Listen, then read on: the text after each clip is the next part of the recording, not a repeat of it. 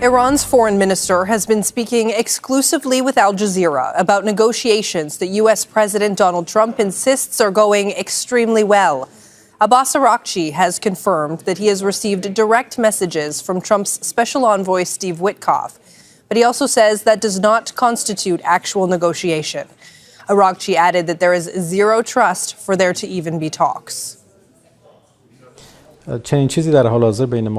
Nothing like this exists right now. Countries usually send messages to one another either directly or indirectly.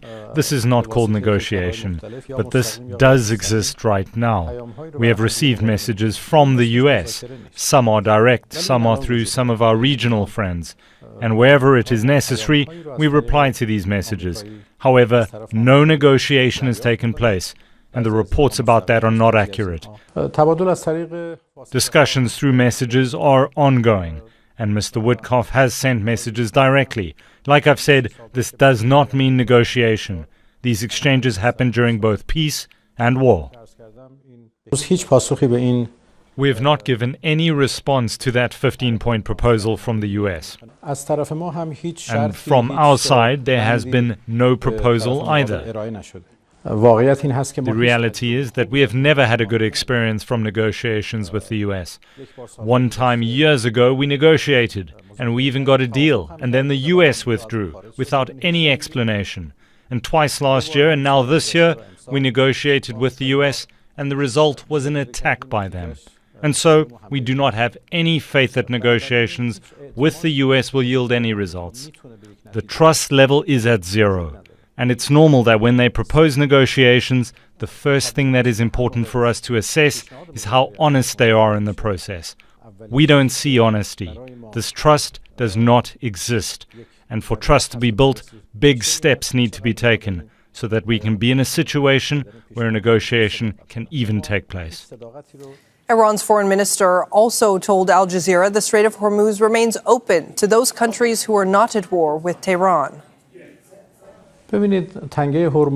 You see, with the Strait of Hormuz, the reality is that it's in Iran's and Oman's territorial waters. It's not in international waters. It's in our territorial waters and Oman's. So it's ordinary for Iran and Oman to use these waterways strategically. As of now, we believe the strait to be open. Only for the ships of those who are at war with us, this strait is closed. That is normal during war. We cannot let our enemies use our territorial waters for commerce. Ships linked to other countries because of security concerns, because of high insurance prices, or whatever other reason, they have decided not to use the strait.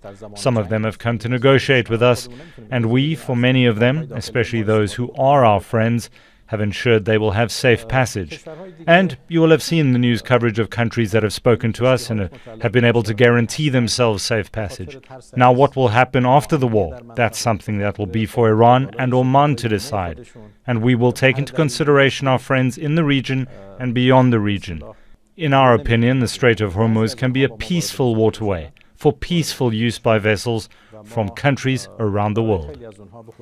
But Abbas Araghchi told us the Iranian armed forces do not fear the prospect of a U.S. ground invasion.